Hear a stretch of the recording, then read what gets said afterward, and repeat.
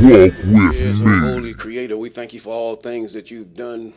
We thank you for how you have delivered many countries on the continent of Africa. We thank you how you're delivering even the Congo, how you have touched the heart of its brothers to go and to help deliver the people that they might live a more prosperous life and a life without war.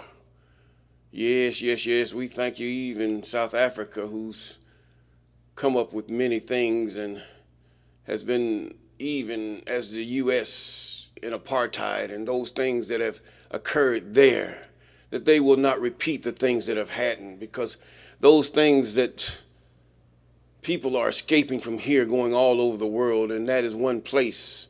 And to have those areas that says this group is this group, when you've given that group, you've given that land to those who are there, who are native to that land, the same as America. But yes, we know that this land is destined to be destroyed and to be ran over. But the fact is, we ask you to deal in that land that they become the head and not the tail. And allow not those who want to rule because they say they of a different hue.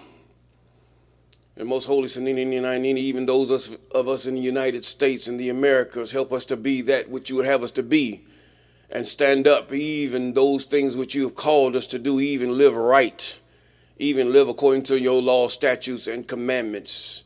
With that, we know no man can ever overrun us or make us withdraw even from you and life. And we thank you, for these are some dark times. Good morning, good afternoon, good evening.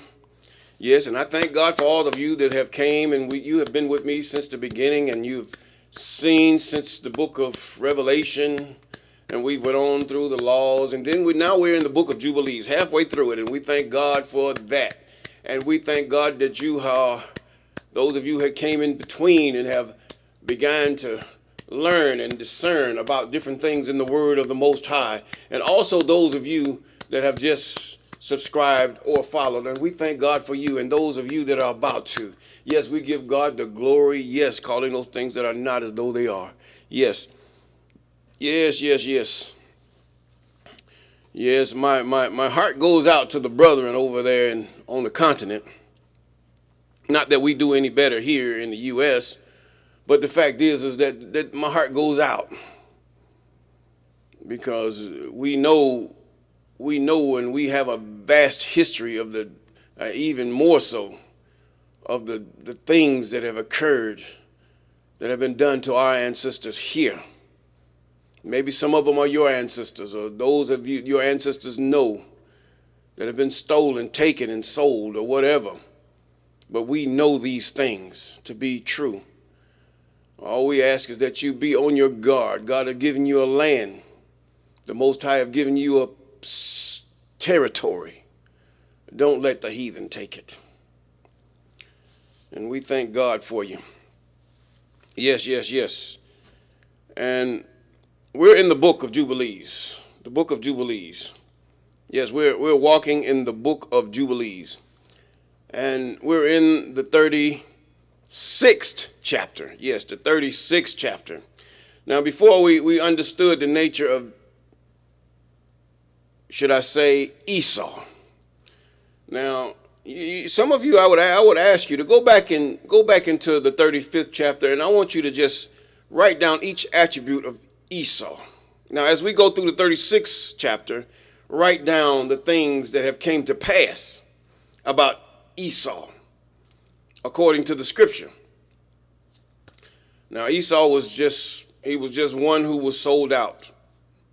These are people these are the ones that despise the righteous. These are the ones that cause those who will walk according to God's laws, commandments, statutes, and ordinances to be put to death. These are the ones who hate good but love evil. These are the ones who would rather cut off their nose to see you suffer. Yes. Now, and it reads, and in the 6th year of this week, Isaac called his 2 sons, Esau and Acob, or Jacob. And they came to him, and he said unto them, my sons, I am going away of my fathers to the eternal house where my fathers are. Wherefore bury me near Abram my father, and in the double cave in the field of Ephron the Hittite. This is what Abraham had bought for a gravesite. And Abram purchased a sepulchre to bury in. And in the sepulchre which I dig for myself, there bury me. In other words, he said, I already know what's going to happen. I'm not going to be in the delusion that every man that is born of a woman or nurtured of a woman shall die. Or every one that is born and nurtured of a woman shall die. That is inevitable. No flesh will live forever. None. Not even your Esau. He's dead. His flesh is dead. Now, where Abram purchased a sepulchre to bury in the sepulchre which I dig for myself, there bury me. And this I command you, my sons, that ye practice righteousness and uprightness on the earth, so that the I Am may bring you all that the I Am said that he would to do to Abraham and to his seed. Yes. He said he would do to Abraham and his seed. Verse 4. And love one another. Isn't that the second commandment? You should love your neighbor as yourself. Not that Esau said. It was written by Moses. You have to realize bits and pieces was taken by the Old Testament and taught in the New to get you to believe and conceive a certain agenda. That's to control you. But God give you the law so that you can control yourself. And when you're out of control, then something should be done.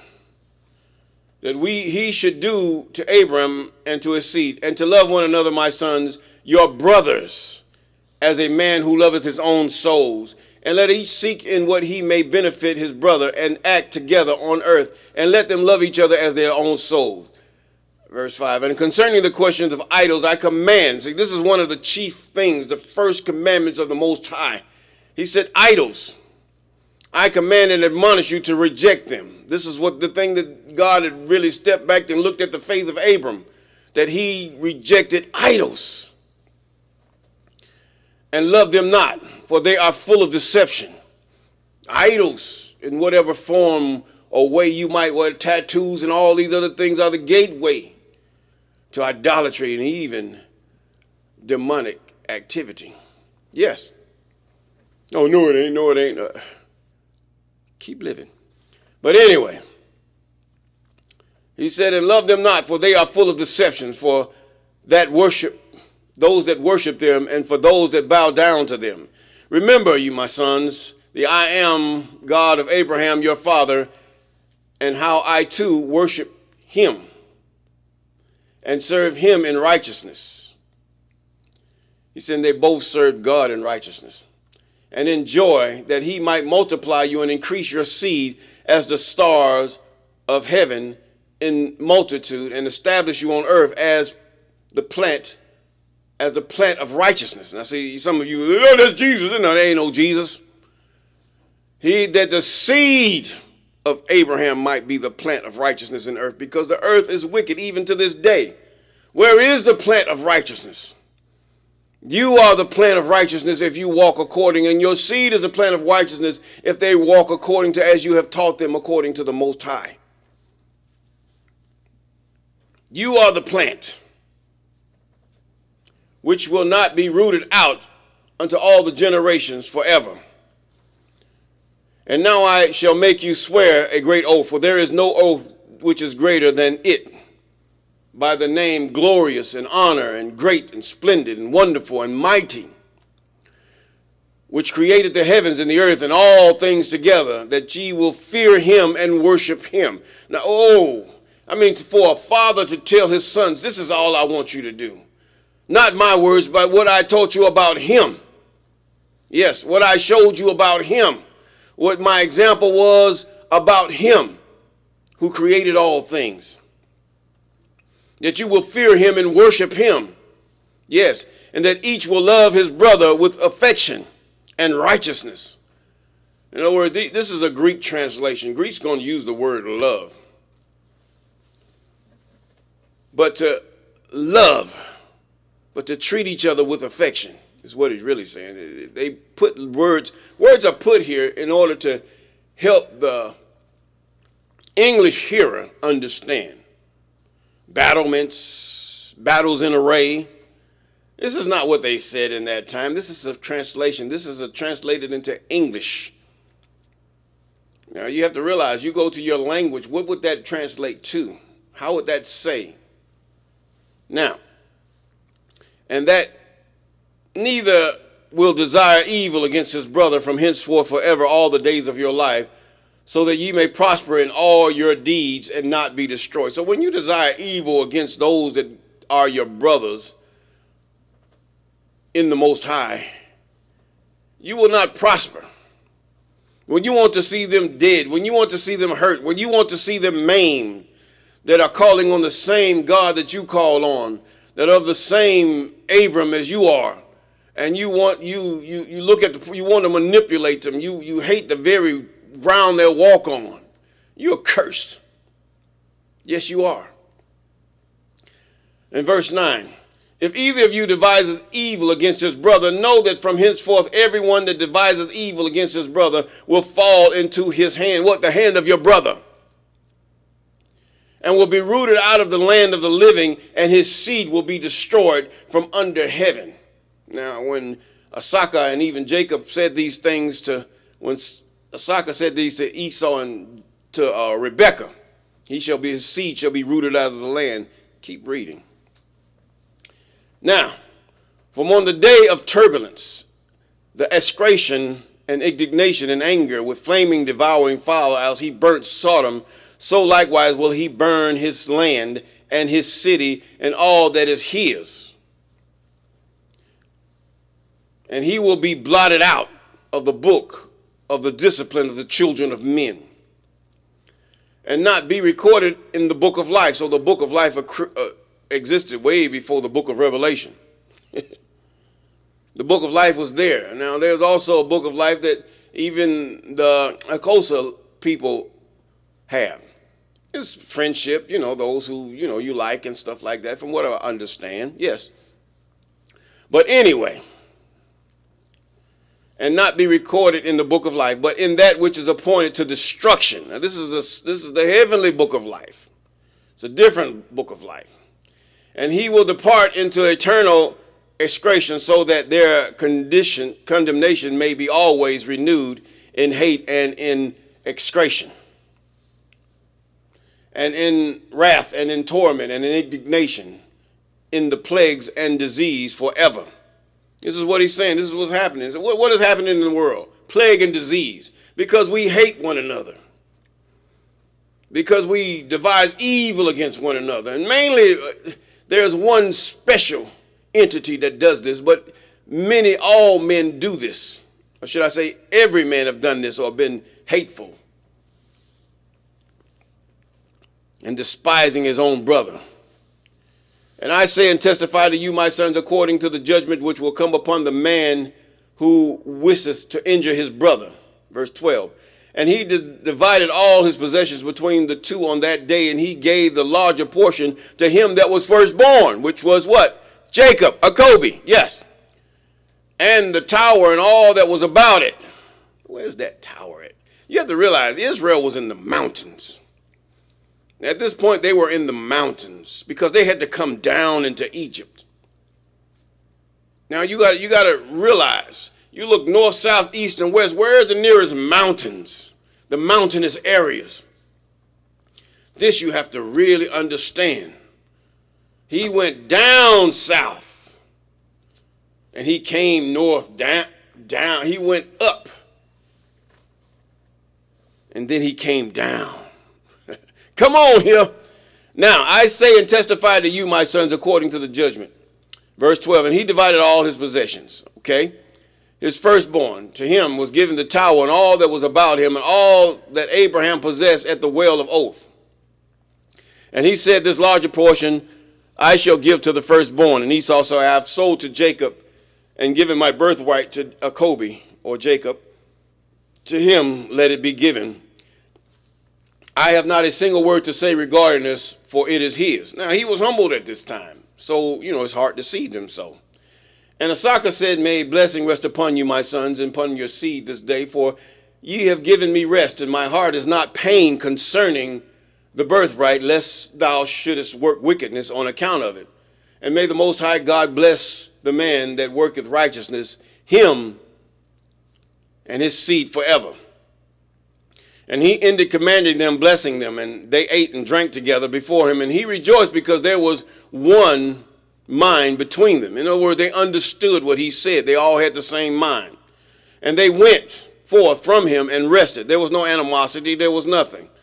Esau, from what was said, he accepted what he had done. He had despised even his own birthright. Even he despised the commandment of the Most High, that rested that day and slept. 18, and Esau slept on his bed, the eternal sleep, and died 180 years old, about 30 years after Rebekah. He completed 25 weeks and 5 years. His two sons, Esau and Jacob, buried him. And Esau went to the land of Edom, to the mountains of Seir, and dwelt there. And that's where Abraham was about to sacrifice Esau, or Isaac, on Mount Seir. Okay? And dwelt there. They dwelt in the mountain, the mountainous people. And Acob dwelt in the mountains of Hebron. They were in the mountains. Where are these mountains? Your research, not mine. In the tower of the land of the sojournings of his father Abram. And he worshiped the I Am with all his hearts, and according to the visible commands, according as he had divided the days of his generations. And Leah, his wife, died in the 4th year, in the 2nd week of the 45th Jubilee, and he buried her in the double caves near Rebekah, his mother, to the left of the grave of Sarah and his father's mother. And all her sons and his sons came to mourn over Leah, his wife.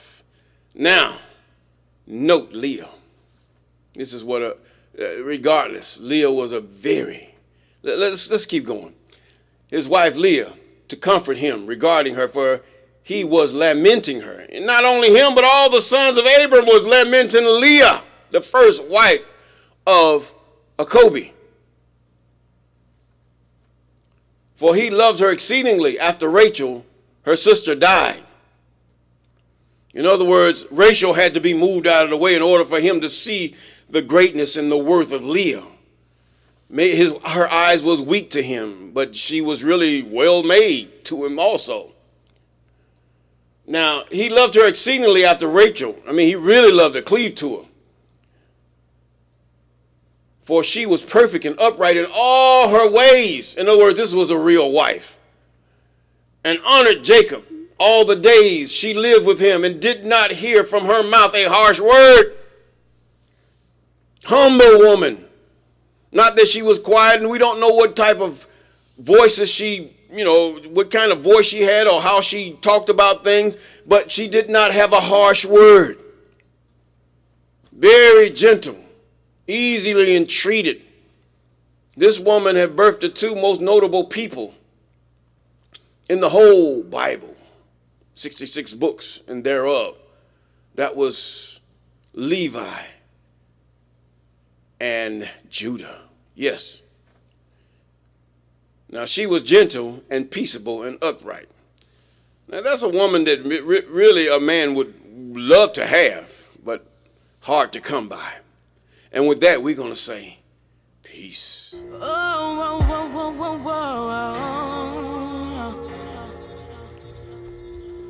No matter how life goes, one thing I know.